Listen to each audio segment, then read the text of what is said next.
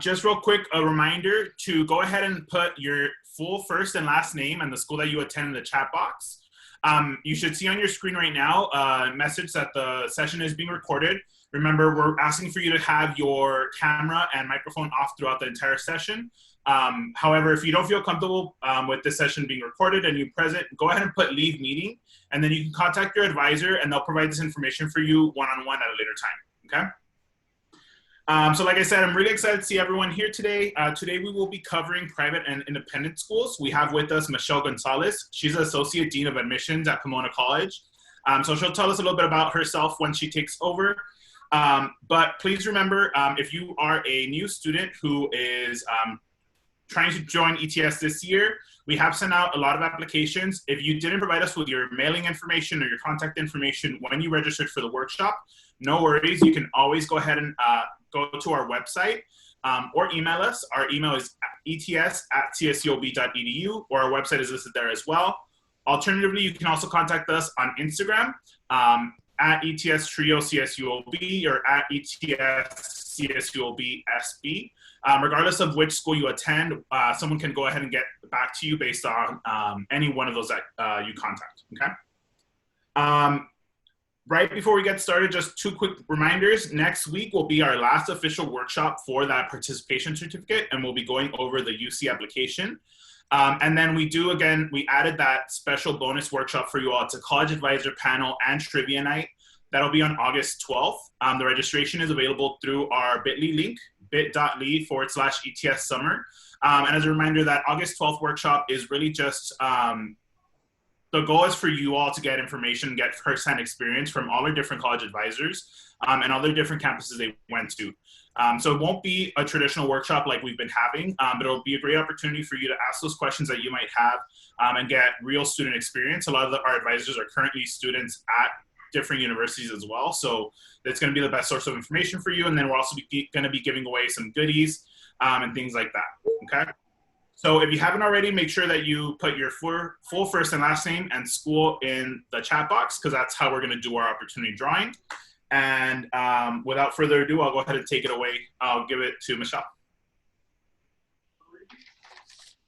Oh, thank you. There we go.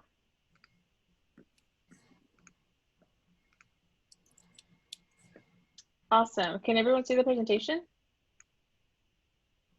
Yeah, okay, cool.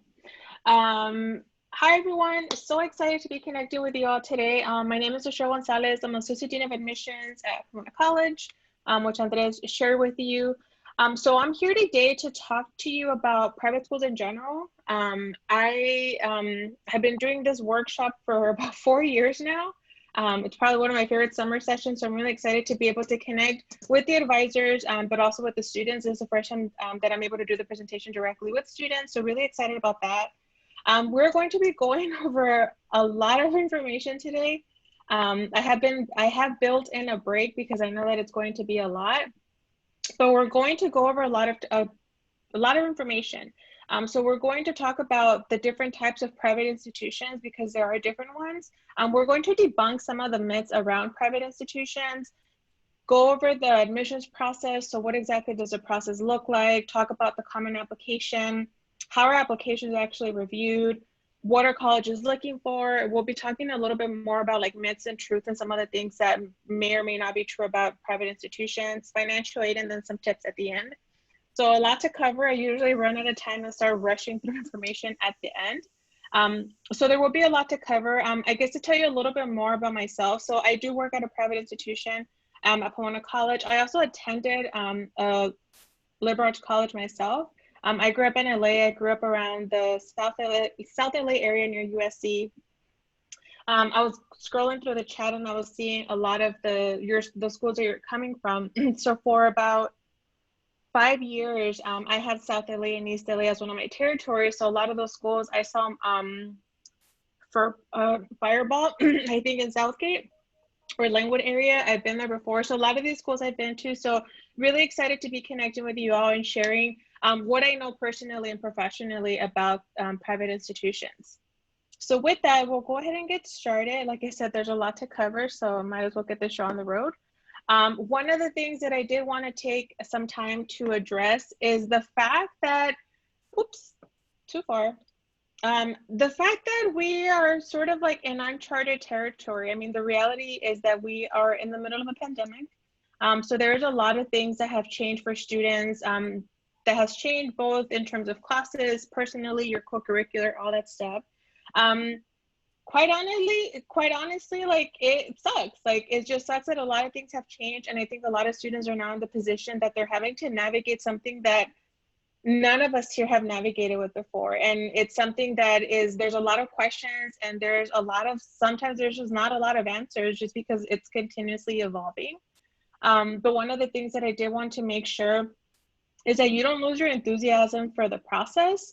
It's still your process, regardless of what grade level you're in. It's still a process that you're a part of, and we want you to be excited about it. So whether you are, whatever grade level you're in, or the students that you're helping, we still want to make sure that students are excited, because this still is a very exciting time in your life, like going through that college process. But it is, I think, sometimes hard for, or it's easy for students to feel very discouraged because there's just a lot happening in the world.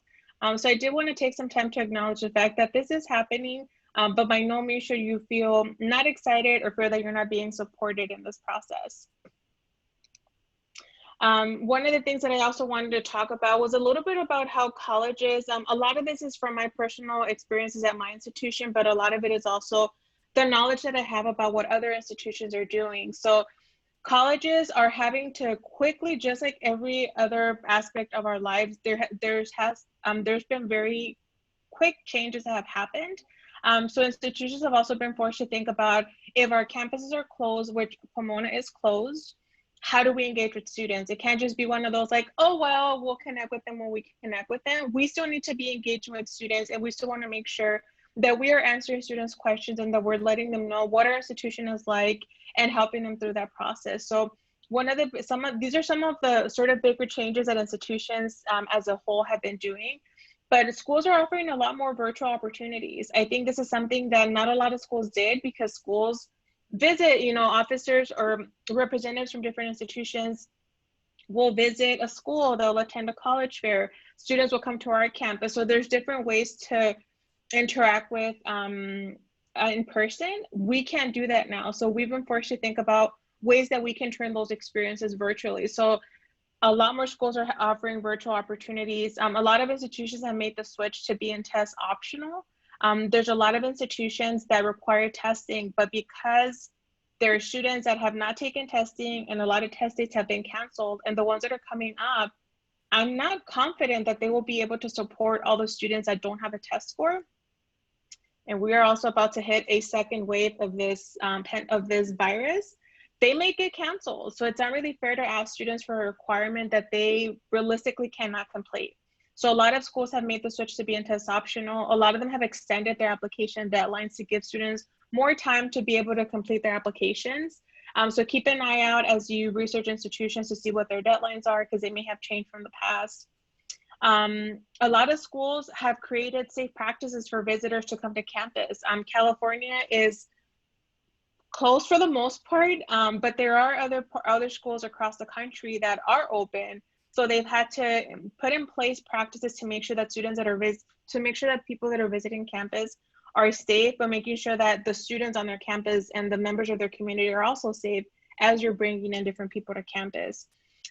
Faculty are also finding innovative ways to offer their classes, because again, especially here in California, as the fall is about to start, in the spring, they just had to make a quick switch, but in the fall, really thinking about ways of how do you engage with students virtually in a way that's meaningful and impactful. So faculty are also having to be very creative and innovative with their curriculum. And then the last one here is we're having to constantly remind students that we are flexible and understanding. I've had a lot of meetings and appointments with students, and they're just genuinely concerned about, how is this going to affect my process? What does test optional really mean? There's a lot of confusion, and there's a lot of students who are stressed, but we have to remind students we understand what's happening. We are being flexible and understanding, so we're having to constantly remind students to be kind to themselves and to be patient, because we are aware of what's happening, but we're having to remind students of this a lot more. Were there any questions about that?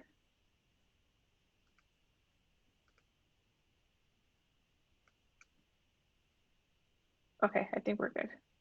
No questions. You do, or there is? No questions. Oh, okay, cool. Thank you. So, talking a little bit about private institutions. So, there are two different types of institutions. There are public and there are private institutions. Public institutions are institutions that are funded mainly by state governments or by public or by state or federal funding. Private institutions also have that funding, but they also are supported by their own endowments, their own funds, and their own student tuition fees, which is where the costs sort of start to differentiate that public institutions tend to be affordable because they are meant to serve their state students, and private institutions, there is no difference really between in-state and out-of-state, and they get to put their own price because they also have their own money to be able to support students financially. So there's the public and the private. So we're going to look specifically at the private institutions. Among private institutions, there's two types of institutions. There are liberal arts colleges and there are research universities. The liberal arts colleges are focused on a well-rounded education. They're typically smaller in enrollment. They tend to focus on the undergraduate education. Because of the size, there's more classroom discussion because classes are smaller, so students have the opportunity to engage a little bit closer with their faculty. Typically, there's few or no teaching assistants, so all classes are taught by professors. Classes are smaller. There's more engagement with the faculty because of the size, and they tend to be residential campuses, which means that they'll either have policies about students having to live on campus their first year or all 4 years. This will vary on the college's ability to house all these students, but they do tend to be residential campuses, which is a little bit different from research universities, which tend to be larger. Research universities focus on research. They're typically large in their enrollment size, and this has to do because beyond offering undergraduate education, they also offer graduate, PhD, and professional education. They tend to have larger lecture classes, so the classes tend to be bigger. They use a lot more teaching assistants because the professors need the support to be able to work with all the students that they have in their classes. There tends to be national name recognition, and a lot of this has to do because there tends to be a bigger focus on athletics. So some of that recognition comes with that, with how people know them. So a lot of times I tell people, it's the teams that you see playing on Saturday being shown on TV. I can tell you right now, Pomona is not on those shows or those games on Saturday because we're a Division III institution, but research universities tend to be Division I, so they have a little bit more name. And again, because they're larger, you also hear about them in different ways, whether it's, a new research out of Stanford tells us that blah, blah, blah. So they tend to become more household name, recognizable names. And because of the size, they also tend to have a smaller percentage of students who live on campus. So students tend to either live close by to the campus or just live completely away from campus. So the student experience is just different because students are not living on campus. So that experience of how students are navigating or how they're engaging with their community, engaging with the campus just looks a little bit different.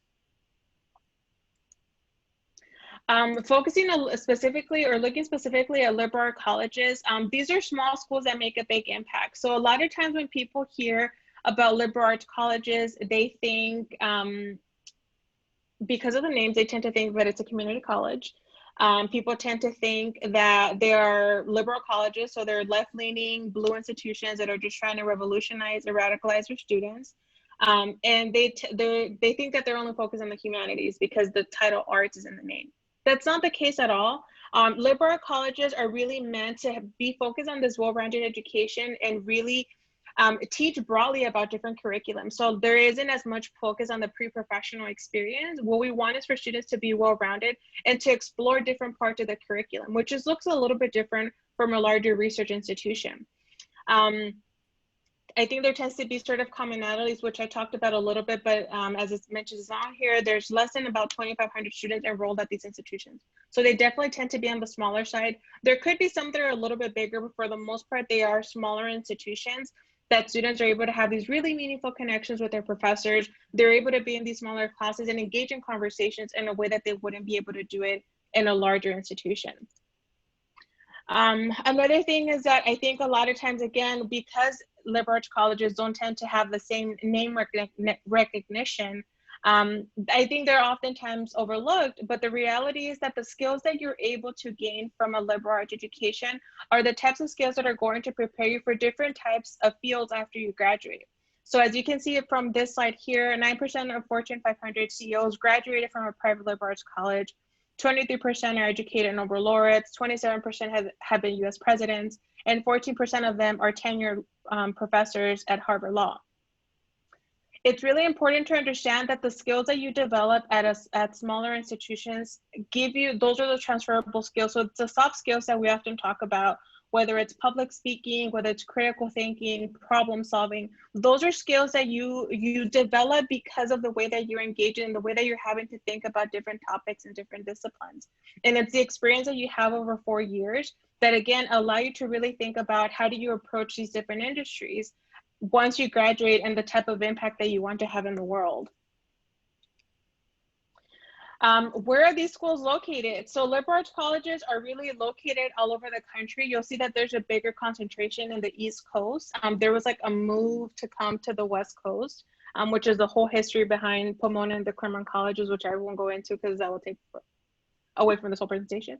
That lonely little school that you see right here that says 1 in Colorado, that's where I went to school. I went to Colorado College. I wanted to go to school out of state, but I picked the closest out of state, and that was Colorado, and it made all of my requirements. But really thinking, like, being aware that there's a world of institutions outside of the state of California. I was part of an organization that gave me that exposure because when I was going through the process, I knew USC, UCLA, and Cal State LA. I figured that I would go to one of those 3. I eventually became exposed to like Cal State Long Beach and Dominguez Hills, and I was like, wow, there's like so many schools in the area, without realizing that there were institutions outside of the state of California that could also be options for me, but I just didn't know about it.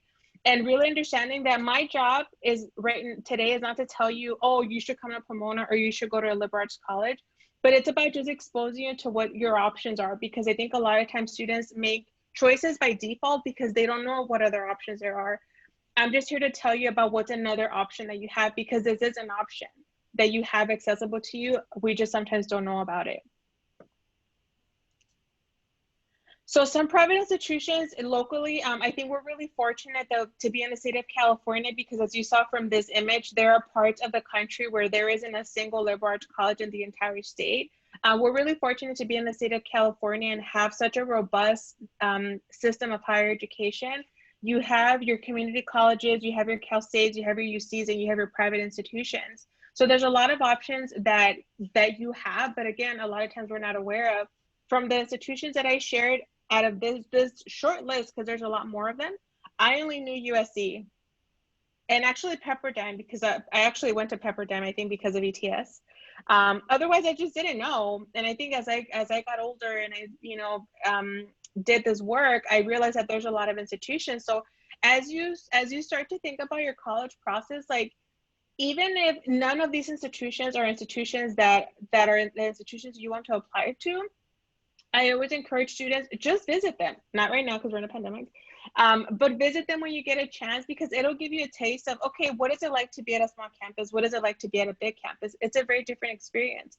So even just to get that feel for it, take your families, take your siblings, take your parents, and just see, like, what does this feel like?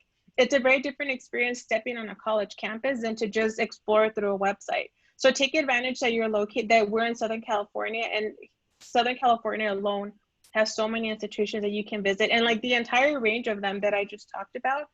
So keep this in mind as you sort of continue to research your schools. Again, just another visualization of where there's all these different institutions that are located. The blue ones are the universities, the blue ones, or the purple ones are the small liberal arts colleges. So again, they're mostly concentrated in Southern California. So again, we're really fortunate to have them really available to us for us to visit. So I guess I wanted to make this part a little bit more interactive. So maybe if you all can help me out in the chat, can you all just put in the chat box some of the things that you know about private institutions, and then we'll talk about whether they're true or not. So whether they're a myth or whether they're real. So if we can take just a couple minutes, what are some of the things that you know about private institutions? They cost a lot. You can only go to private schools if you're rich. You end up with tons of debt. Hard to get into. Oh my God, this will be such a good conversation. I'm so excited.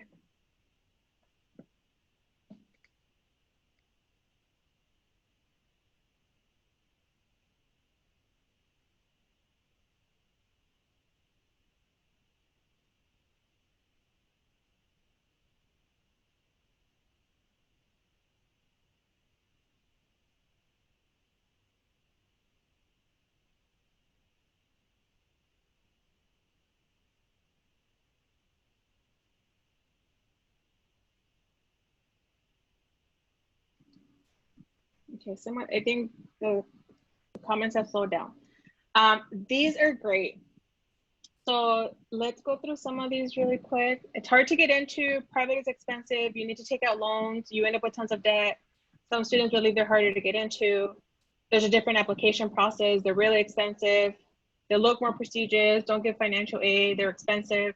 So a lot about finances. They're better than the CSUs and UCs. Their expectations for acceptance are very high, and I felt it's too much. There's less financial aid, hard to get accepted. Closed off, hard to get into. Okay, kind of like a gated community. Okay, so we're going to talk about some of these because some of these are on my list, and then the ones that were, actually, I think these are all on my list. The first one, they're unaffordable. This is not always true. So one of the things to understand is that I think a lot of times students, what happens is that students see what we call the sticker price of an institution. So what's the cost of attendance? And it is true that private institutions are more expensive. And what I always tell students, because I will go to college fairs, I'll do college visits, they'll see the price. Pomona costs $75,000 a year. And they'll hand me back the brochure and they're like, I have to constantly remind students that your follow-up and your responsibility as a student in this process, the follow-up should be what financial aid is available. Because your assumption shouldn't be, oh, $75,000, I have to pay that? Like, peace out.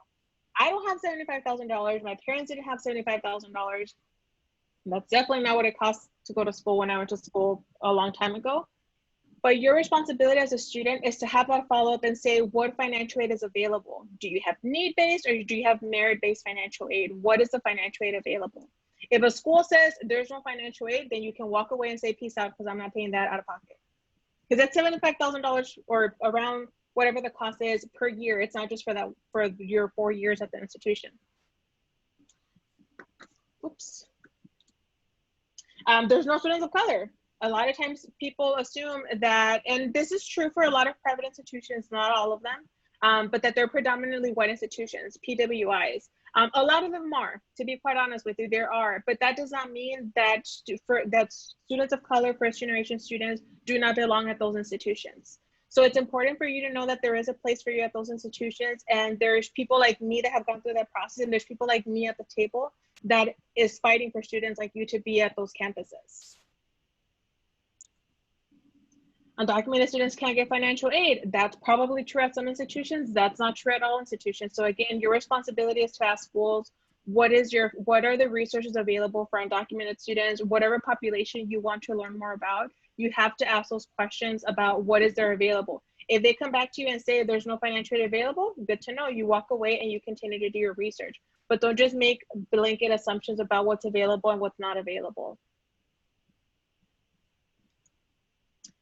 They're politically more liberal. We just talked about that. Some of them are, some of them aren't. Some of them are very conservative. Some of them are moderate. Some of them are like, it just depends on the institution, but that's not a blanket statement to make about all schools. There's limited options to pursue STEM areas of study. That's also not true.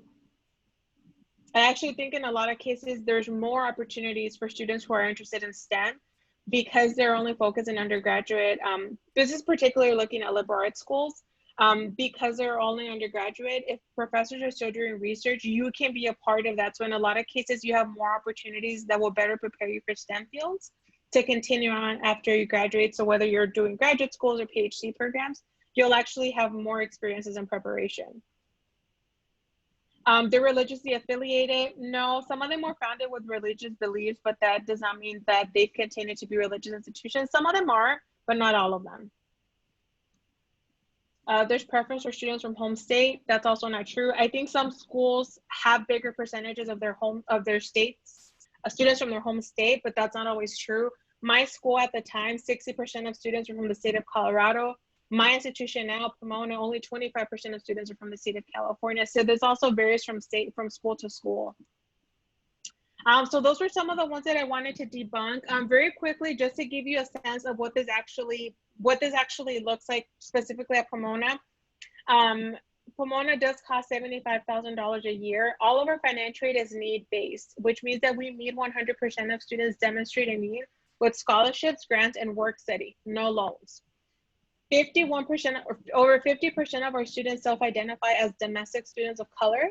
This does not include international students, but it does include our undocumented students because we review them and we view them as domestic students, which undocumented students at Pomona do get financial aid. They have access to the same financial aid. Any state financial aid that they don't qualify for, any federal financial aid that they don't qualify for, we just supplement it with our own money.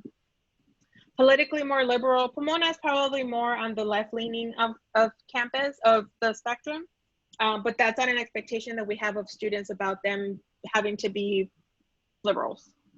Limited options to pursue STEM. Some of our most popular majors are actually in the STEM field. We're not religiously affiliated, and like I said, only 25% of our students are from the state of California. Okay, admissions overview. So what are the materials to actually complete your application? So I have been asked by the ETS team to talk specifically about Common App. So this is just specifically if you're applying to private institutions with the Common Application. So you will have to submit the Common Application. There are supplements that are a part of it. So institutions have the option to ask specific questions that only go to them. So there's the common portion of the application that goes out to everyone. And then there's additional information that each institution you're applying to can ask. So you will be required to complete those as well. They require transcripts, essays, letters of recommendation. Standardized testing will depend by institution, as some of them is optional. Interviews are also optional and depend by institution. And institutions and schools also have special interest supplements, but again, there's also varies by institution. So all the last ones with asterisks, you'll want to do some more research on each individual institution. So the Common Application. Are there any questions so far? I realize I just rambled for a couple sections. So we do have one question. I'm not sure if you're going to address it later, but it's on early action, early decision, binding, and if you can like clarify those terms.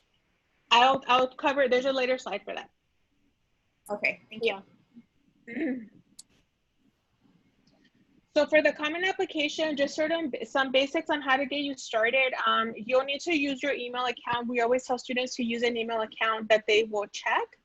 It's sometimes a little bit challenging to use a school account because if for some reason there's an issue with the server, or even like after you are, graduate, you've enrolled, those accounts sometimes get closed down. So make sure you have an email account that's reliable and that you'll be able to use for all of your applications. I always encourage students to bookmark the website.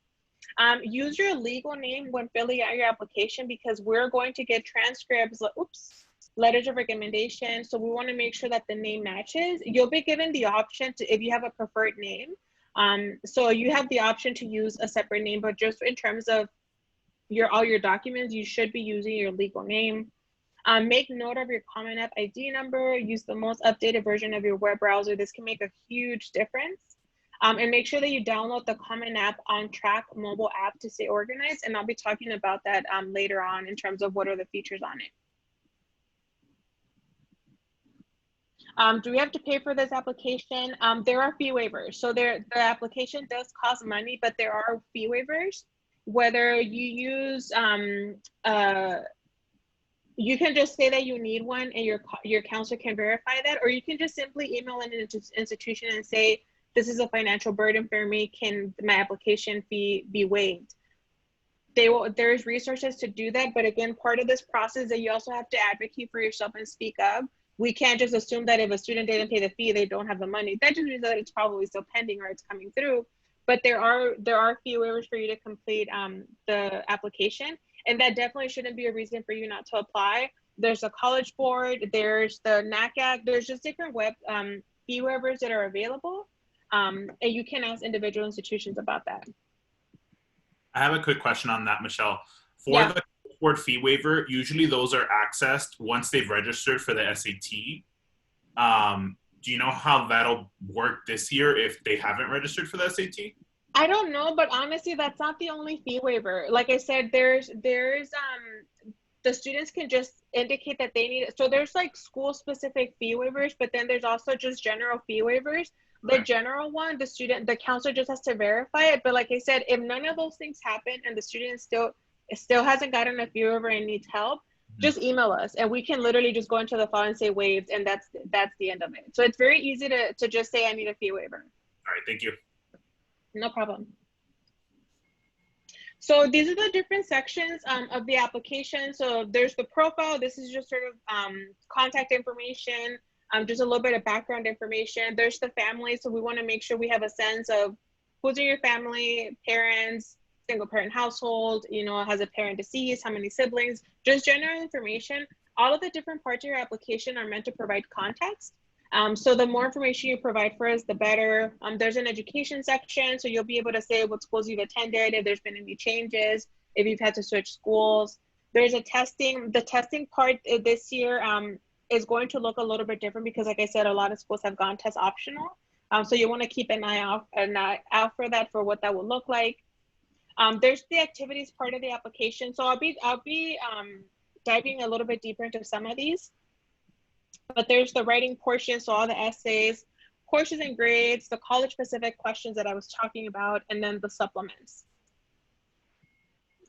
So these are the 4 that I'm going to dig a little bit in deeper. I realized I didn't do the education one. So testing, like I said, testing is part of the application, but it's not the defining factor in a decision. I think a lot of times students, unfortunately, boil themselves down to numbers. So I've had a lot of students that have emailed me, that I have seen in person, that say, I have a 32 ACT and a 4.0. Am I going to get in? And I'm like, I don't know. That's not all we're looking for. And I think a lot of times students, that's all they see themselves as students, and without understanding that there is more to you than those 2 numbers. So that's part of the testing. So making sure that this is not the defining factor and it does not define you as a student. Identifying the testing requirements for each school is going to be really important. Like I said, which tests do they require? A lot of schools have dropped their subject test exams. Some of them have not. Like I said, some schools are, I think MIT is still requiring testing. A lot of schools are not requiring testing. So make sure that you do some research about that. The other thing to also keep in mind is that historically, testing has been working against low-income students, students of color, first-generation students. So there's a lot of debate around standardized testing.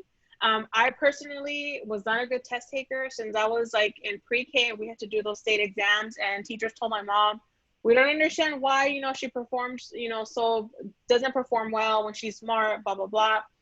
But I was not a good test taker. And I applied to a lot of test optional schools because those were better fits for me. So I definitely encourage you to check out this website, fairtest.org, and you'll see a list of the schools that are test optional prior to COVID. These are schools that just have test optional policies. Like I said, this year that's going to look different for a lot of schools that have gone test optional for fall 2021. But just depending on the grade level, I'm not sure what the grade level is for students here, or even for the advisors, the students that you're working with, fairtest.org could also be a good resource for you to explore as you're building your college list. Activities, I always have to dig deep into the section because the activities part of the application is a space for you to tell us how you spend your time outside of class. And I always have to reinforce this point because a lot of students assume that when we talk about activities, it's the structured school activities. So whether it's a sport, whether it's a club, whether it's, you know, community service, band, dance, you know, cheerleading, all that stuff, those are activities. But the question that I have asked is how you spend your time outside of class. And for a lot of students, that looks a little bit different. There are students that have to work to help out their families. There are students that have to care for siblings or elderly grandparents because both parents work. I think that it's going to look a lot different this year because we're in a pandemic and we are in still not strictly stay-at-home orders, but pretty strict. So the activities are going to look a little bit different. So be really mindful about how you spend your time outside of class, because that's where we're trying to assess outside of class, how is the student spending his time? And I always have to be cautious because this does not mean that you're going to tell us, you know, like, oh, you know, every day after class, I take a nap and I play 2 hours of video games and like that's your personal stuff. Like we just want to see what's taking up your time in a meaningful way. And again, that also means having these family responsibilities that still say a lot about you, because I tell students, you have to be mature and responsible for your parents to trust you to take care of your house or your siblings. If they didn't trust you, they wouldn't tell you to do that. So this still says something about you, and don't underestimate. You're like, oh, I just care for my siblings. I've done this activity so many times with students that I've had students, and probably many of you have never done this, where I've asked students to calculate how much time they spend, because sometimes students are like, oh, you know, like I just watch them after school until my parents get home. And I'm like, okay. And what time do you pick them up from school? Yeah. Okay. What time is that? Like 3. And what time do your parents come home? They come home at 11. And I'm like, so they're under your watch for like 8 hours? And how many days? They're like, well, that's 5 days. And I'm like, so that's 40 hours a week. I'm like, that's a full-time job. And they're like, oh, that's not a small amount of time. Like that's limiting the things that you can, the things that you probably want to do in school and the activities that you want to do. You have to be able to tell us that information, but because again, it provides a lot of context to your application. The college-specific questions, like I said, institutions are going to create questions that tell you something about their institution, or they directly just want to ask you why you're interested in your school. Don't forget about these because these are really important. If you don't complete them, your application will actually be incomplete. Do your research. This is often where schools will look to see if you'll be a good fit for their community. So again, because they're school-specific questions, they're going to see, okay, how is the student going to be a part of our community? What are they bringing? What perspective are they bringing? Who are they going to be on our campus? It's an opportunity for you to share your academic interests. And I always tell students, if you're undecided, be undecided. Don't force this narrative about, yeah, I could be a doctor, I'll do pre-med, and you have no interest in that, actually. So be really realistic with your academic interests. And like I said, if you're undecided, it's okay to be undecided. This is where it looks a little bit, at smaller schools, it looks a little bit different from larger institutions. Larger institutions, universities, have colleges within the university. So oftentimes you're admitted to that college. At Pomona, or schools like Pomona, that's the whole college. So you're not being admitted into an academic program, you're admitted to the college, and we're gonna give you time to explore. So keep that in mind as you think about academically what that would look like.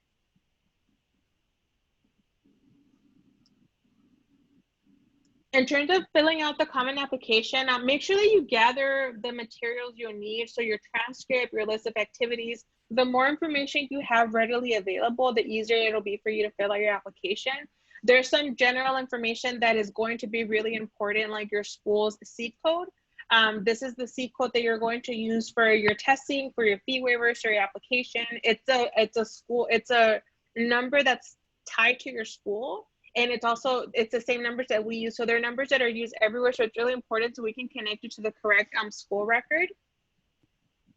It won't be as easy for you to see your counselor, but make sure that you're connecting with your counselor if you need help answering questions. Because again, they'll be able to better advise and guide you in terms of where you should be going to get certain information or to give you the answer that you need.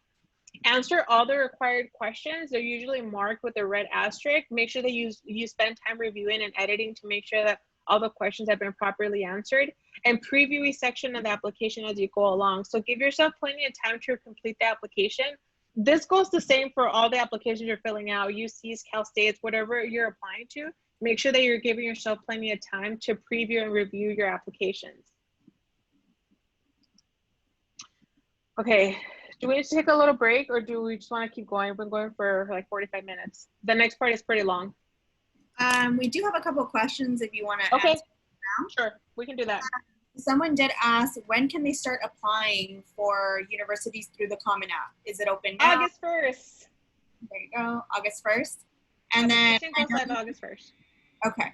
And then I know you said you'd get to the early action, early decision later. So I'll leave that one there. But are any merit-based scholarships also offered at private institutions? There is. So again, this is where you can ask schools if they offer need or merit. Some of them will be one or the other. Some of them will be both. So just ask the institutions, is your financial aid need-based or merit-based? And I'll be going more into what that language is later on in financial aid. Okay. So those are all the questions that we have for now. Okay. We can keep going if you want, then if you don't need a break. Keep going? Cool. Okay. So how are applications actually reviewed? I think, like I said, there's a lot of misconception about our process that they are hard to get into. The reality is that we actually just looked at this statistic. I think the percentage of students who attend schools with an acceptance rate of less than 10%, it's only 3% of the population. So I think that's the narrative that students usually go to, that they say, oh, they're hard to get into. The acceptance rate for private institutions also ranges. It's as low as like 5% to Stanford, and it can be as high as like 70%. There's a range of institutions, so don't think that all private institutions are hard to get into. Don't think that all private institutions are expensive and unaffordable, because those are not true. But make sure that you're doing that research, because again, there could be a lot of great options, but if we just make these like broad assumptions about schools, it could be hard. It's important to understand though how applications are reviewed, because this process does look different from the Cal States and the UCs. And I say this both from personal and professional experience. The process just looks a little bit different, and that's why people tend to think of like college admissions as this black box that people don't know exactly what's going on inside of it. And I'm here to give you a little bit of that context of how are the applications actually reviewed. So in admissions, a lot of institutions use this concept what's called holistic review. What holistic review means is that admissions reads and discusses all pieces of the application, quantitative and qualitative, descriptive or numeric, at once to make an admissions recommendation. Basically what that means is that we factor everything. So there are institutions that might say, you know, if you don't have this GPA, if you don't have this test score, like, we're done.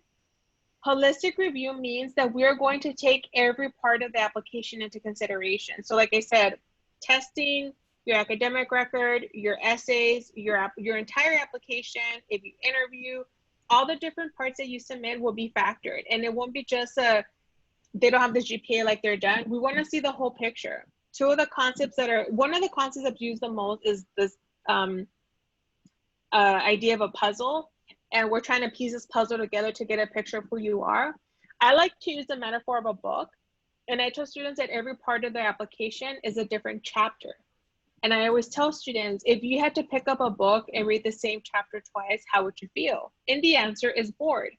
Students have to remember that there are actual people that are reading the application. So it's important that you tell us something different at every part of your application, because again, the more information that we have, the more information we have to make a case for you in committee. If by the end of an application, I don't feel like I have a good sense about that student, that's probably a student that we're gonna have a hard time getting excited about. And I will be honest, Pomona is on the end of the more selective institution, so it is a lot harder. But again, there's a range of institutions that you can apply to. So the review process for private institutions is what we call need blind or need aware. An admissions review process as need blind means that an institution does not consider an applicant's financial situation when deciding admissions. This means that we do not care if you requested financial aid or not, and it does not matter how much financial aid you need. It means that we're going to just review your application, get a sense of who you are, and make that decision. Now, need aware means that that will be factored in. Institutions consider finances in their admissions decision, but this control can give colleges the ability to meet full need for all accepted applicants. So that means that schools have to they have more like a financial aspect to be considering in terms of how many dollars do we have to spend in financial aid versus how many dollars do we need coming in from tuition and from college students paying like the full cost of college attendance. This is also a great question for you to ask schools as you meet them, as you research them. Are you need blind or are you need aware? No one is going to hide this and say like, oh, well, you know, it's a secret, we can't tell you. A school will openly tell you we are need blind, we are need aware. Pomona is need blind for US citizens and US high school graduates. And the US high school graduates part is to include our undocumented and documented students. There are some international students who are studying in the US and they're like, oh, that means that I'm need blind. Not necessarily. The second part to that is basically, do you need a visa or not to go to Pomona? Undocumented and documented students do not need a visa to go to Pomona. So we review them need blind. Need aware, we are need aware for all of our international students, which means that we have a certain set of dollars available for international students, which means that we do have to factor in, does the student need financial aid and how much financial aid does the student need? Again, both great questions to ask institutions. So this is to answer the question about early action and early decision. So early decision, there's a lot of institutions that have 2 rounds of early decisions. Some of them will just have 1 round. So whether it's early decision 1 or 2, early decision is binding. That means that the student, the counselor, and the parent sign an agreement saying that if the student is admitted to the institution, they will be enrolling. So the pros to that is that if you apply and if you're admitted, you're done. You are done with your whole process, you've completed your application, you've been admitted, you've committed, you're done. The cons to applying early decision is that if you're deferred, your process will stretch into regular decision. That means that you'll have until May 1st to make the decision if you're admitted. If you're admitted through early decision, it also means that you'll need to withdraw your applications from all other schools you've applied to. Again, you've agreed to attend the institution, so you cannot apply to other schools. And sometimes students try to get sneaky and they can run the risk of having their admissions rescinded from all institutions because the school can say, you've already agreed to us, but you basically lied and applied elsewhere, and they'll basically deny you. And other schools can say, you were already admitted elsewhere, we can't admit you now. So be really mindful about where you're applying to early decision.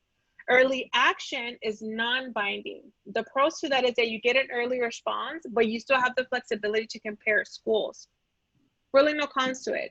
The only limitation is that not all schools will offer early action and not all schools will offer early decision. So do your research about what programs a school offers.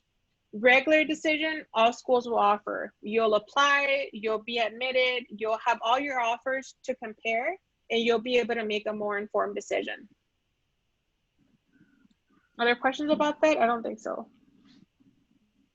No. Questions. Okay. So what are we looking for? So when I mentioned earlier about students, you know, coming up to me and saying, I have a 32, I have a 4.0, will I get in? When we review an application, we are looking for evidence that the student will succeed academically. Mind you, I did not say we're looking for all A's and 20 APs with a 36 ACT or a 1600 SAT. We're looking for evidence that a student will succeed academically at Pomona. We do not want to set up any student to fail. And this is not just specific to Pomona, but we're looking for evidence that the student will succeed, and we're looking for achievement and intellectual curiosity. So that's basically what gets you through the door. You lead the rest of the way. And this is where students have the ability to shape their story. And this is where a lot of times students underestimate. I just had a session this morning with seniors, and they said it feels like showing off. Like it seems kind of cheap for me to be like showing off what I've done. And that's not a good way to think about it, because you might see it as like, I don't do that. And a lot of times that's culture where students were just raised not to like show off, but this is not a time. to really think about it that way. And I tell students to think about it as them highlighting their experiences versus showing off their experiences. So really highlighting who you are, what you're interested in doing, because it's going to may have an impact on how we review your application. Because we're looking for students who have the potential to make a meaningful contribution to campus, have a diversity of experiences and background, and a desire to attend our specific institution. We cannot answer those last three based on a GPA and a test score. That's where we really dig into your essays, where we dig into the letter of recommendation. If there's an interview, if there's, you know, supplements, all that information, that's where all of that will come in handy, because it will allow us to see where all of these questions essentially will be answered. So we're evaluating, like I said, academic readiness, your interest in our institution, your story, and that outside perspective. And where do we find that information? Oops. I don't think that actually came over.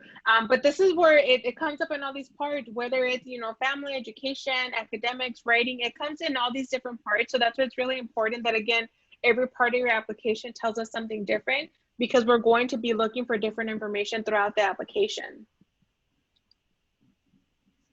So a few more myths and truths about college admissions. So is this truth? So the myth is that colleges expect to be focused on my future career. Like, students just assume that we expect students to just know what other plans are for the future. The truth is that we need you to focus on your academic passions and your extracurricular activities, in addition to the career paths you might like to follow. So we don't need you to have it all figured out. I think a lot of times right now students feel this pressure that they have to have all the pieces lined up. You have to know which major or which college to get you to this career. I can tell you right now that what I thought I was going to do as a senior in high school is 180 from what I'm actually doing. I thought I was going to be an engineer, and it turns out that I'm not that good at math as I thought. And I got my first job in college. That was a sad reality, but that was just, in my mind, I was associating my major to career. And the reality is that there's a lot that you're going to learn and discover by yourself in the process. So give yourself the flexibility to really take advantage of what a college can do for you. And again, not always thinking that that we're expecting you to have your entire plan figured out and that you should know where your career is. Myth. Mentioning financial hardship or personal obstacles will make colleges less likely to accept me. The truth is that top colleges are looking for the best students, and great students can come from many backgrounds. Again, I think sometimes students have an idea of who they think we're looking for, but that's not always the case. A lot of colleges are actively working to increase their socioeconomic diversity. That application is confidential, and we're not here to judge, but we want students to feel free to tell us about their family's financial situation, and think of it less as, a lot of times see it as like a pity story, or that I'm trying as in it. That's not the story, but it's part of who you are. And what I oftentimes have to tell students is that you have to put yourself in the context of our applicant pool.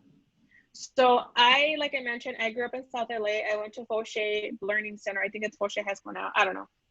And the school, predominantly Latinos, a few Black students. And in thinking of how I stood out, I didn't see myself as standing out because most of us, or all of us, were first generation. Most of us had immigrant parents. Most of us spoke Spanish. So I didn't see myself any different.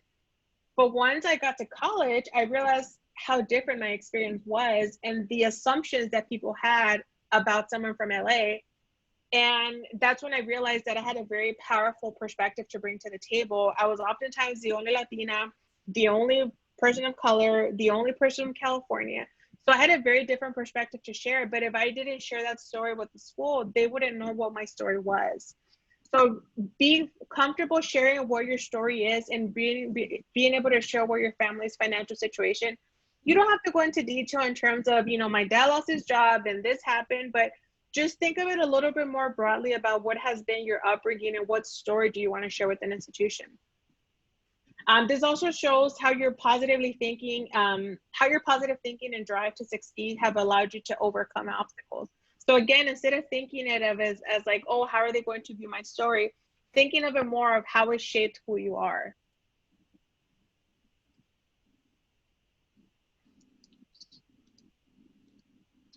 So another myth is I need perfect grades and test scores to get into a top college. And we've talked about that a little bit. Schools are expecting excellence, not perfection.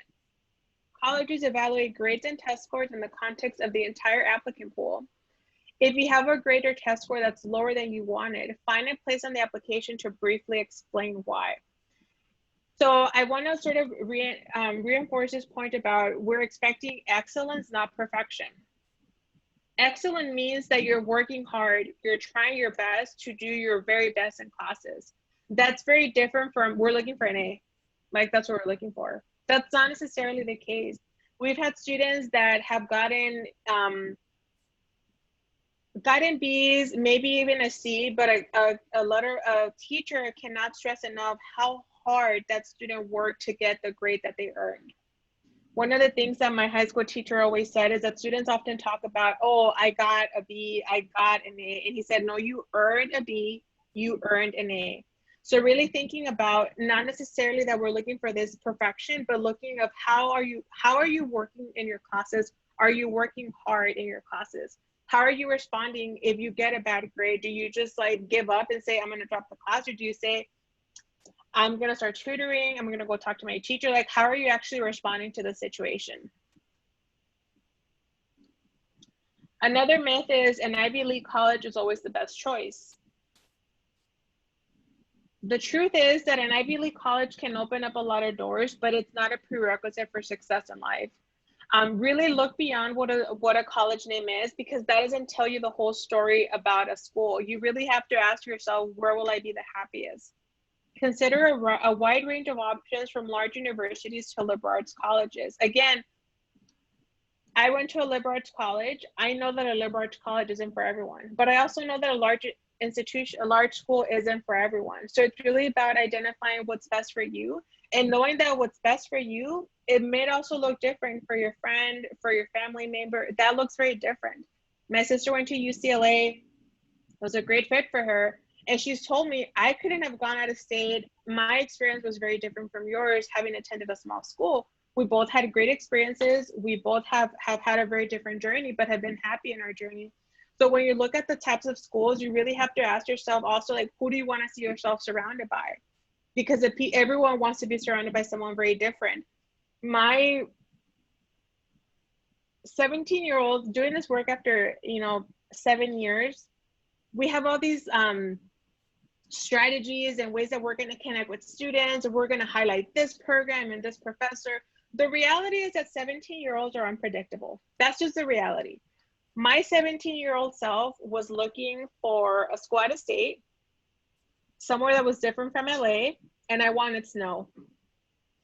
I didn't say anything about the academics. I didn't say anything about a major. Those were the things that I was looking for. And again, that's very different from someone that says, I really want a school that has small classes, or I really want to be at a school that's close to a big city. Every student looks for something different. So that's why we're fortunate that there's so many types of institutions. You have to find the one that's right for you, and not necessarily it doesn't have to be tied to a name or an Ivy institution to say that's the best one, because that's not the best fit for everyone. College is expecting to participate in lots of extracurricular activities. The truth is that we're looking for students to have some leadership in a few clubs and activities, which often looks more impressive than just casually being involved in a lot of activities. Babysitting siblings or working part-time to help pay bills are legitimate and important extracurricular activities. We already talked about this a little bit, but really thinking about, we are oftentimes looking for depth, not always breadth. So if you're involved in a few activities, that's okay.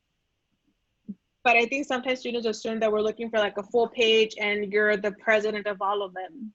That's also not realistic. We need leaders and we need followers. We need people that are going to talk. We need people that are going to listen. We need all different types of students. You just have to own what type of student you are for us to get a sense of who you'll be on our campus. College admissions is a game and I can learn how to beat it. If you learn how to beat it, tell me, because I've been doing this for 7 years and I don't even know. The truth is that there's no magic formula for getting into college. You should not try to outsmart the admissions committee. Because top colleges have many more applicants and spaces in the freshman class, they are forced to turn away many qualified applicants. In other words, you might do everything right and still not be admitted. I really want to stress this because there's a lot of misconceptions about the process. I get questions from students all the time saying, I read, I saw, I heard this, and I'm like, I mean, you can just come straight to me. Like, I do this work, I can tell you the actual answer. But there's a lot of students who gain their knowledge from blogs, from College Confidential, from all these other places that are not always true. And understanding that this really isn't a game. Every institution is also looking for something very different. So just because you get into one school, that doesn't mean that you're going to get into all schools. Just because you get denied at one school, it doesn't mean you're going to get denied at all schools. It's really about understanding that every school is looking for something different. So you can't really outsmart it. And the risk of you trying to outsmart a process is that we can tell on our end when a student is trying to force themselves into a narrative they think we want to hear. There's a lot of students that fall into this trap. And in the process, they just all look the same now. And now I don't know how any of them stand out because they try to force themselves to what they think we want to see.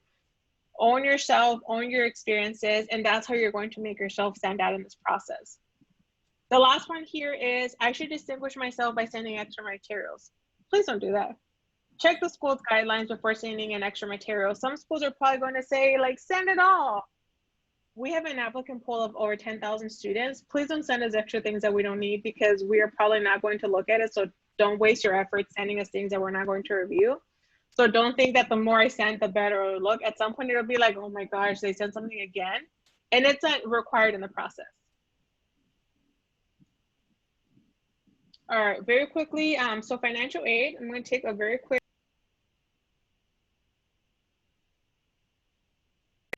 Okay. So financial aid, these are just some of the general concepts that you should know about as you think about colleges, as you research schools, as you contact schools. There are two types of, there's different types of financial aid.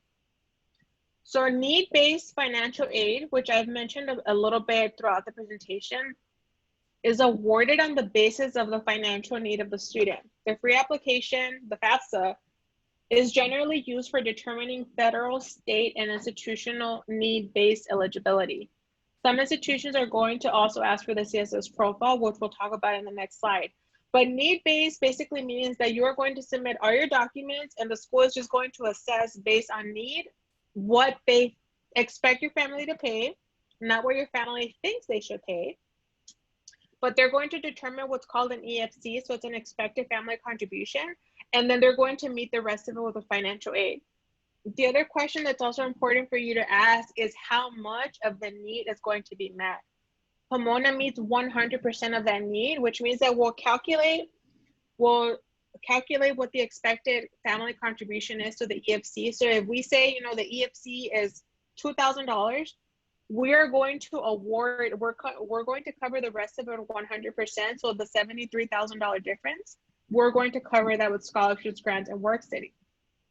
Some schools will only cover 80%, which means that you'll have an expected family contribution, and then you'll also have a gap to fill on your own. So also ask how much of the need is met. Now, merit-based financial aid is awarded without regard to financial need. It's based on merit. This type of college aid is usually awarded for a student's academic achievements in high school, as well as for special talents and unique trades, such as musical or athletic skills. This is where different schools will say, we received this huge donation, and it's going to be for this very specific type of student. Those are just based on merit. It has nothing to do with aid. They're just awarded to you. Schools will have different policies for this. Some of them will have special applications that you need to fill out. Others will say you're automatically a part of it. Those are great questions to ask individual schools. And of course, you also have the added option of just finding outside scholarships. So there's a lot of outside scholarships that you can also take advantage of if you just want to make sure that you have the resources that you need. You're never going to make money out of this process. So if you have an outside scholarship, it'll just be sent to financial aid, and financial aid will work it into the rest of your award. There's a question on here about where do I apply for the merit-based financial aid. So this will be by institution. So there isn't like a blanket merit-based financial aid.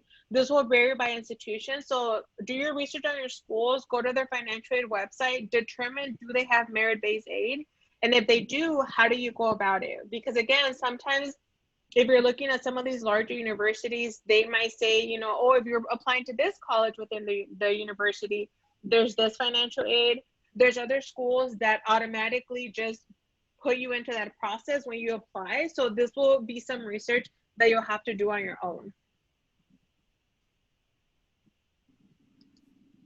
The two forms that you'll need to complete your financial aid is the FAFSA. So free, I cannot stress this enough, free. Do not pay for the FAFSA. If you pay for FAFSA, you're on the wrong website. FAFSA is the free application for federal student aid. So this applies, it's to apply for federal student aid, such as federal grants, work study loans, and you need to complete the FAFSA application. Completing and submitting the FAFSA is free and easier than ever, and it gives you access to the largest source of financial aid to pay for college and career schools. Private institutions also require the CSS profile because they're awarding their own money. So they need more details about, does your family own a home? Do they own a business? They factor a lot more things into the equation. This one's administered by the, it's part of College Board. So the profile form is administered by the College Scholarship Service. It's required by many private colleges and universities to determine your own eligibility for non-government financial aid, such as institutions' own grants, loans, and scholarships. There is a fee. It's $25, but there are fee waivers available. Again, don't be discouraged. Just tell the school, I need a fee waiver, and they will waive your fee for the CSS profile. We do have a question. Someone asked, yeah. Do you pay money back for FAFSA? And can you get both financial aid and FAFSA for an institution? So financial aid and FAFSA are not different. So you need to, the FAFSA is a form. So you need to complete the FAFSA for financial aid to determine how much money they'll award you. So both FAFSA and CSS profile are forms that you need to fill out for the financial aid office to determine how much money they can give you. And so those are not two separate things. Depending on what they award you, if they award you loans, you'll need to pay those back. But if they award scholarships or grants, you do not need to pay those back.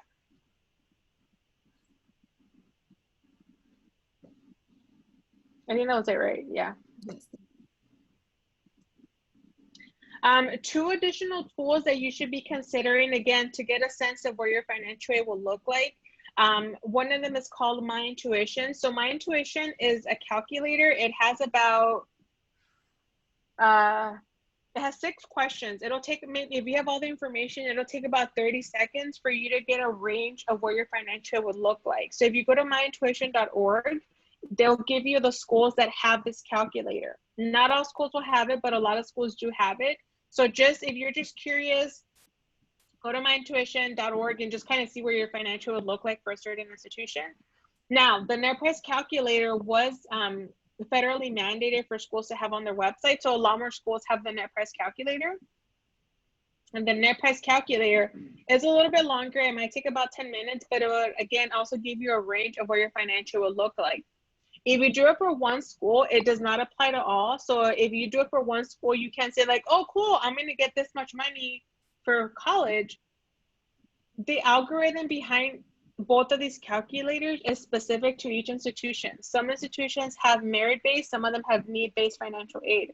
So you'll need to look at different schools, not just one, and assume that it's the same for everyone. So spend some time doing some of that research.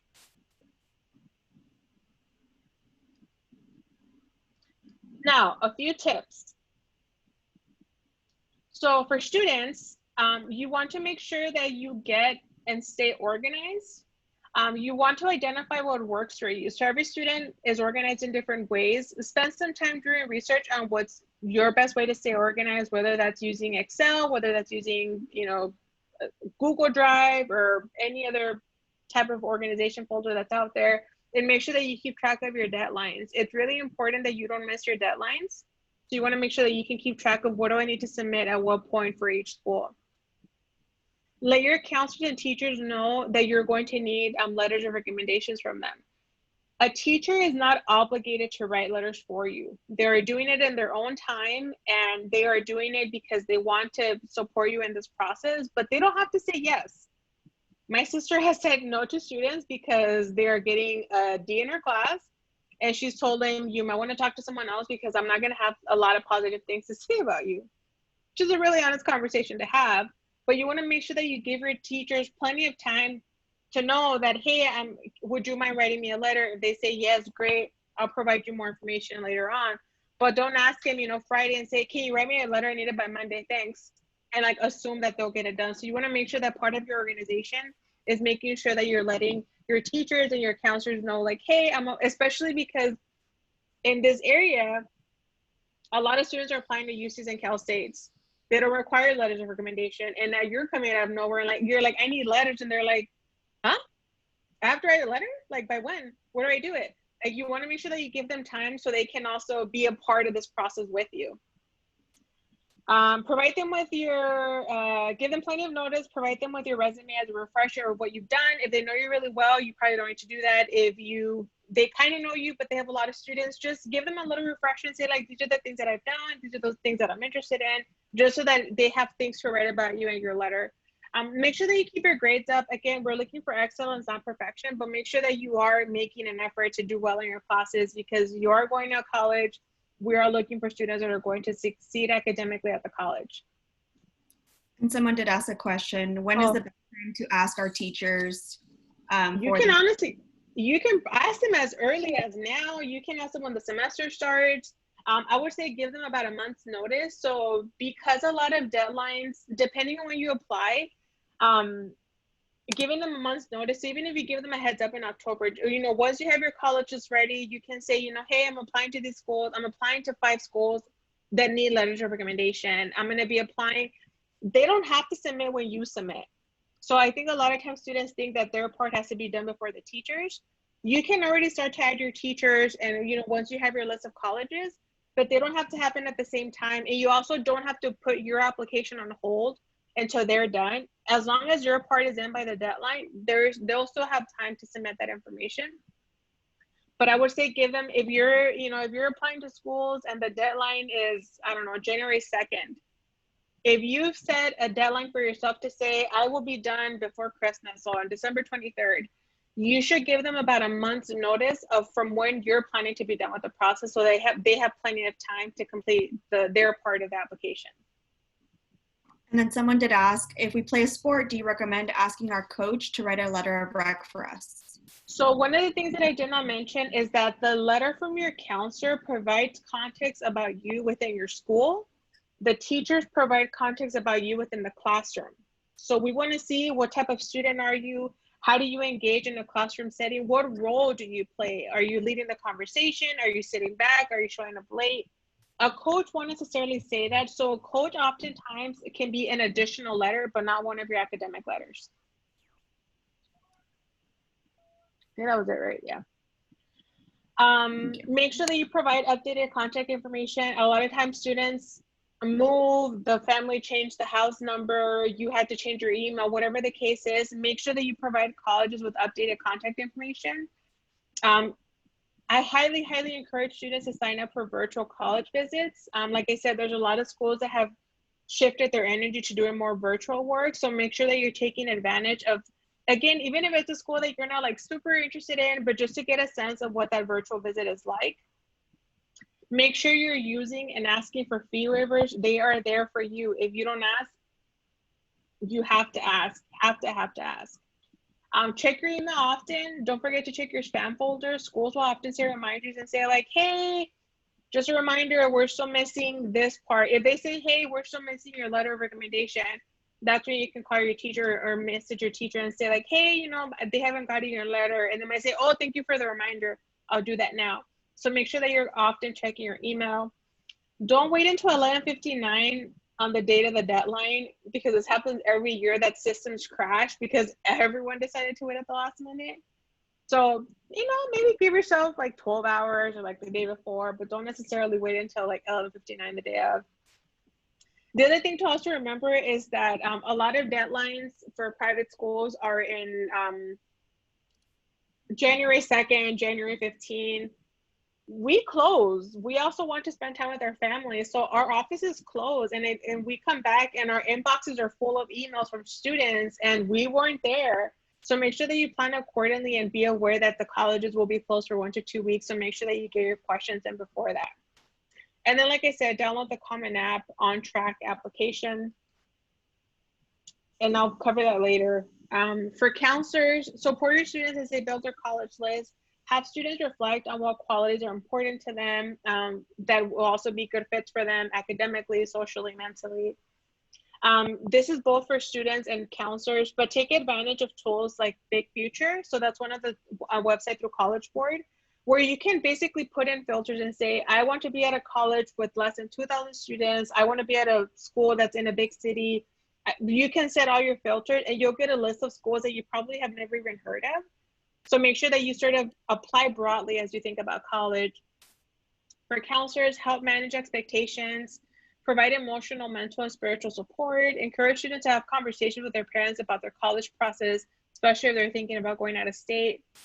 Let students take ownership of their process. We really encourage students to be their own advocates. I think sometimes it's hard, but I think students really need to start taking ownership of that process and encourage students to engage virtually with colleges. And then this is the Common App on Track application. So you can see your list of colleges. So if you decide to apply to private schools and you're applying through Common App, you'll be able to see all of your list of colleges. You'll be able to see your submission status for each application. You can add or remove colleges. You can check additional details of what needs to still be completed. You can search different schools. You can set reminders to stay on track, and you can receive push notifications if you're still missing. I know Common App changed their their app, because they found that about 17% of students apply through a mobile device. So there's a lot of students that may not have a computer, may not have internet at home, so they're using their phones to apply to college. So they've basically made their app a little bit more robust to make sure that it supports the students that are applying it, that are using it to apply to college.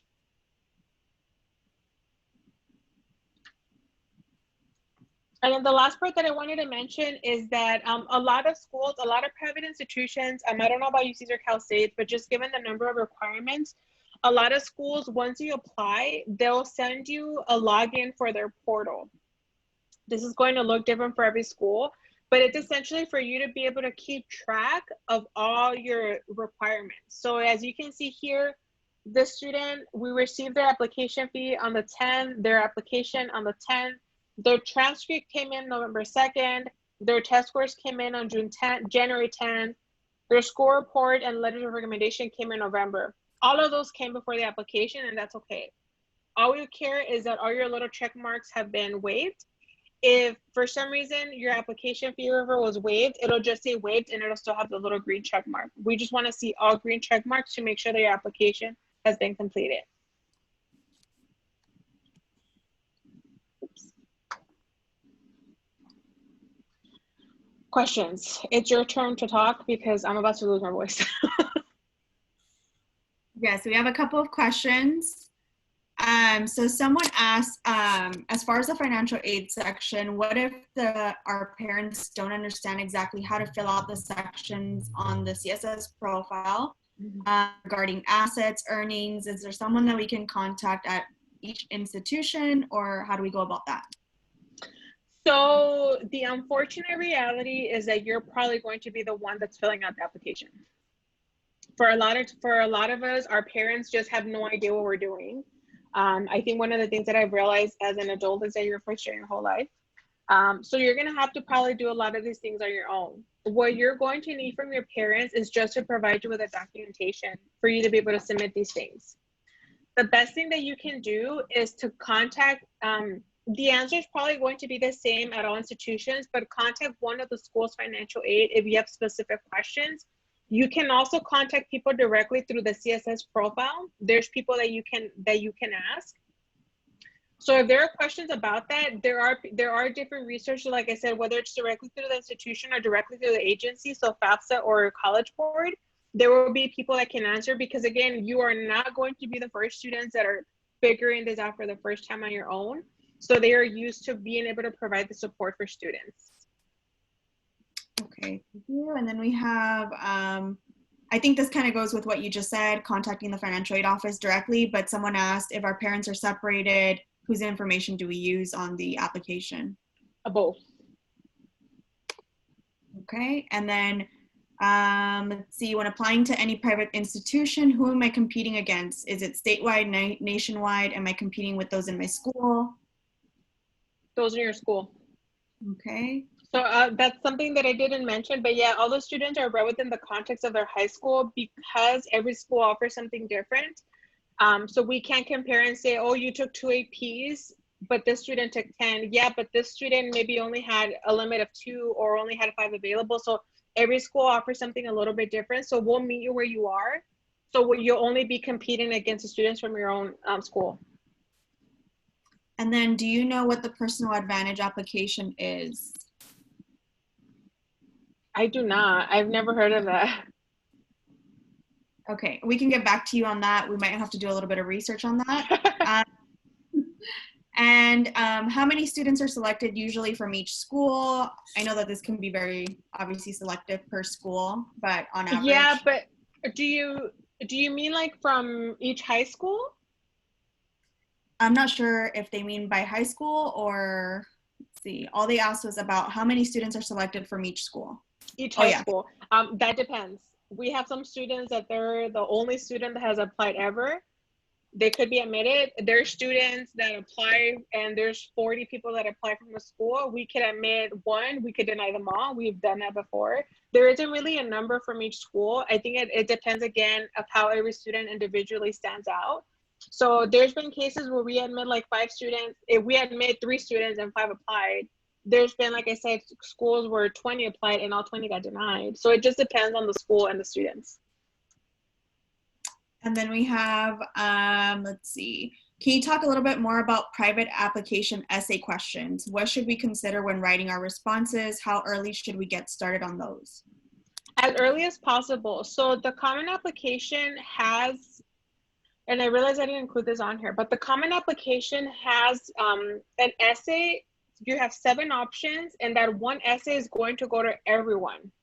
So you definitely want to make sure that you spend enough time on that one, because that's the one that goes to everyone.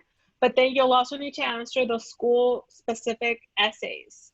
So again, there's some schools that will have 1 long essay. Some of them will have like 3 short essays. Like every school is different. So you want to make sure that you spend time on that, like figuring out what the requirement is. So definitely give yourself enough time to spend on those essays, because it's just going to depend from school to school. So the earlier that you get, the earlier you start, the better. Like I said, the Common App essay prompts, you can search them, and those have already been posted since, I don't know, maybe like March or April. Most college applications are going live August 1st. So once you start researching individual schools, you'll be able to also see their individual questions. And then someone else asked a question regarding, can our coach be used for leadership roles in the letters of rec? So not to talk about. They can be additional. So they can be additional. They can't be one of the academic. They can be one of the teacher letters. It's different. So I do want to clarify, because there are students that have had their coach as also a teacher. If that's the case, that's okay. But if you only know them in the context of a sport, that's not going to work. And then we have, can you tell us a little bit more about your experience at Colorado? How was it dealing with weather that you weren't used to? I'm thinking of going out of state, but I'm very unsure. So I wanted to be somewhere different from LA. I saw that as my 4 years to be in a completely different institution or a different city. It was exactly what I wanted. You all live close by, so I think LA, it looks in a lot of ways like a lot of different parts here in Southern California. Colorado Springs is very conservative. There is the Air Force Academy that's there. There's a lot of military bases. So I had to think about race in ways that I did not in LA. But I sort of knew that going in, and I think it was hard being away. It was really hard. I probably cried for 2 years every time I had to fly home, every time I had to fly back. But even though it was hard, I wouldn't do it any different because it forces you to be an adult. Like I had to, at the time, I thought I knew what I was doing. Like I was an adult. I was 18 years old. I was not. I was a child. And I was having to be at airports by myself that I had never been to before. I had to go to the bank because I had an issue with my credit card and I had to go talk to an adult about it. So there was just things that like sort of forced me to like figure things out on my own. And that was hard, but I think it also shaped me who I am as an adult. Um, what else? I also met some of my closest friends.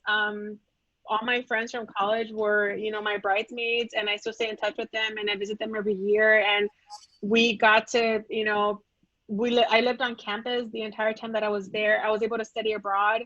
I studied my program was meant to be in Oaxaca. And the year that we went, there were teacher protests and we got evacuated and we had to go to Puebla, which was very different from Oaxaca, but it was still a very meaningful experience of college. I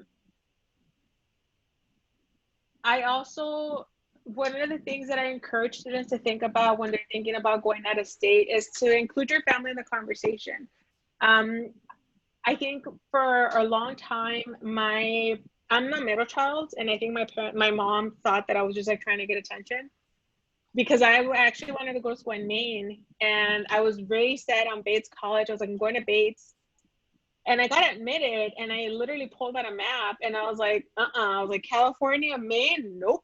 And that was the end of the conversation. I knew where Maine was the entire time, but it became a lot more real once I was admitted. And I still wanted to go, like all the things that I wanted, they were still true, but that's why I ended up picking Colorado because it was the closest out of state. And I think once I got my financial aid and I basically like made my decision, I will never forget, like, I was like, I'm going to Colorado. Like I got my financial aid, and I will never forget my mom walked away. And I would tell my brother, like, what? And he said, you just killed her last hope that you were going to stay. So I think that's when my sister was like, I think she's actually leaving. And I did. And it was really hard for my whole family. But, my brother ended up going to school in Pennsylvania. And my mom's like, oh, your poor brother. Like, he has to travel all day. Like, you're only 2 hours away. And I was like, oh, now it's only 2 hours? And you made me feel terrible about it for 2 years. So there's definitely a lot of pros. It's really hard, to be quite honest, but I think everyone navigates it different. It's not impossible. You won't be the first student that goes out of state for school, but it's really hard, but I think it's also not impossible. And I think it's something that I highly encourage students because the experience going to school away from home is very different from staying close to home because those are different challenges because a lot of times families don't quite understand that you're in college. So they're like, oh yeah, like just come home for the weekend and we're having a party. You're like, I have a paper and have a final and I have to do all these other things. And like, they're different challenges. So I think sometimes it's easier just to be like, I'm leaving, so peace out. Like, I just can't come home. But so there's definitely challenges, but I don't think, like I said, keep your options open. And this is why I think it's better to apply a regular decision because you don't have to make that decision until May 1st. You can keep exploring. It gives you more time to make that decision, but it is a hard decision to make. And then someone asked, I created a Common App too early over a month ago. Now the portal is closed. Should I create a new account? No, they had to close it because all the schools are updating their application. So your account is gonna roll over. So just wait till August 1st and it'll come back. And then it's August 1st for everyone to start applying for college, or is that just the early decision that you mentioned? No, August 1st is just when the applications go live. You don't have to open it until like October, November, even December. But like I said, I think the sooner you do it, the more familiar you'll become with the application. But it just opens August 1st. That doesn't mean you have to start or apply by then. And then does Pomona College have any upcoming virtual info sessions that I can check out? I'm interested in learning more about the campus. So I'm gonna put the link down in the chat box. We have a lot. We just did a program this past Thursday for about 1,000 students, and that was like a very like we had different sessions. It was like a day-long program. We offer Monday through Thursday. We offer daily information sessions. Monday it's at 9 a.m. Wednesdays at 1 p.m. Thursdays at 5 p.m. Half an hour of information session, 30 minutes of live Q&A with an officer and a student. Mondays and Fridays we have open Q&As with our students, so you can have a very real talk. What is the experience like? We offer daily appointments, so if you just want to meet one-on-one with an officer or a student, you can also do that. We have webinars. I have to, can one of you Google Pomona College Connect and drop that link, because that's a different one. The one for visit.pomona.edu, those are our daily sessions, but then we have another website that has all of our webinars. It has all the different sessions. So moving forward, we'll be having a monthly program, and those will be very on specific topics. So yeah, there's a lot. Okay. I think that's all the questions that we have. If I missed the only one that's on here is, could you talk more about how colleges accept based on how many students are at a high school? So I think that was a similar question to before about each school. Again, we don't have a quota. We could easily admit everyone. We could easily deny everyone. It just depends on every student, but we don't have a limit on each high school. Okay. I'm just double checking the chat box. I have a lot of private questions that come in. I think that's it. If I did miss your question, please ask it again in the chat box, but I believe we're done. And then if you look on the screen, we have Michelle's contact information as well. The only one that is not correct is the phone number, because our office is closed. But the email is real, and all of our social media handles. So I definitely do encourage that. Yep, that's the website, admissions.connect. That one has all of our virtual opportunities, so make sure that you check that one out. Yeah. Awesome. Well, thank you. Okay, and it's right. I'm sorry?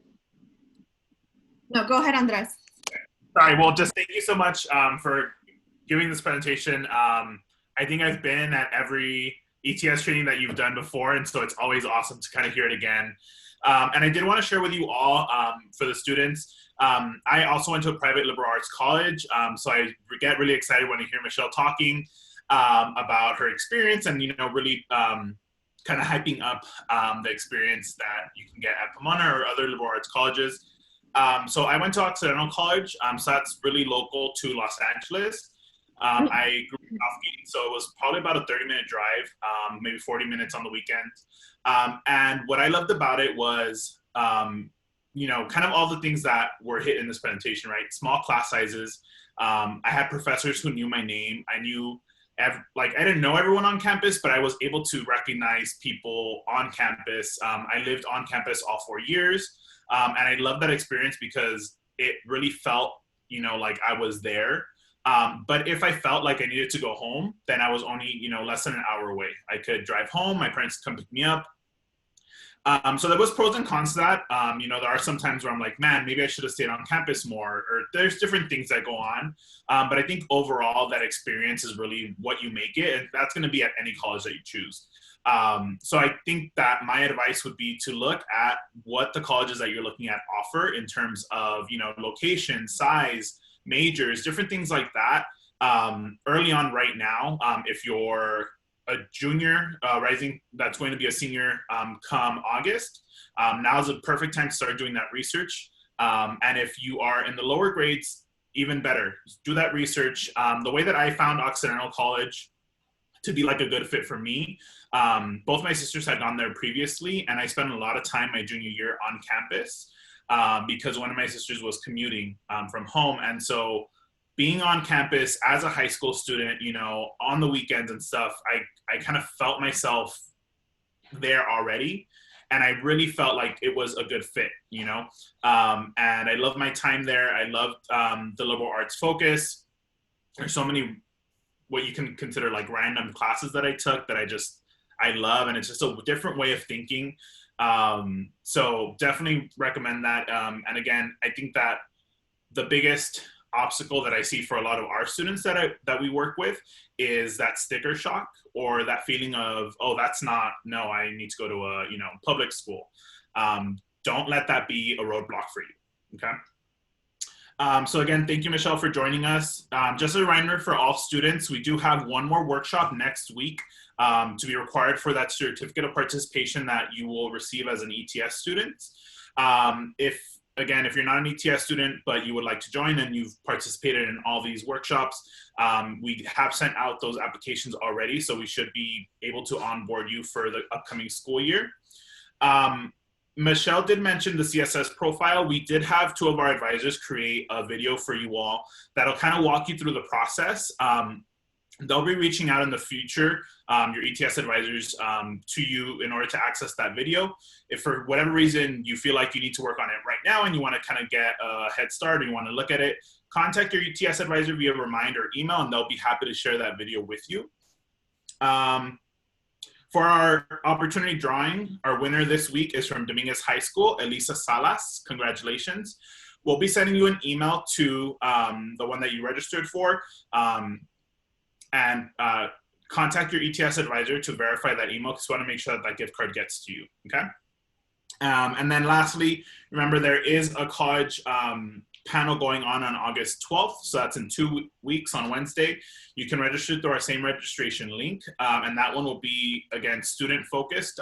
We want to give you all a chance to ask different advisors about their experience at their college, okay? Alrighty, well, thank you so much, and we'll see you next week.